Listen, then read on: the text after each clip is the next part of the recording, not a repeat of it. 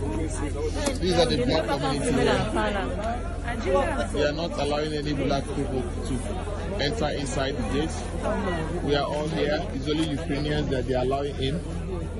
Even the ones with kids, they're not allowing them in. They only have been here for days and nobody's asking any questions. Only Ukrainian women and kids they are allowing in through these gates. All the places blocked and all are full of black from different communities, from different countries. Nobody's talking to us. See them here.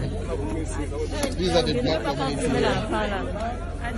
We are not allowing any black people to enter inside the gates. We are all here. It's only Ukrainians that they are allowing in. Even the ones with kids, they're not allowing them. They only have been here for days and nobody's asking any questions.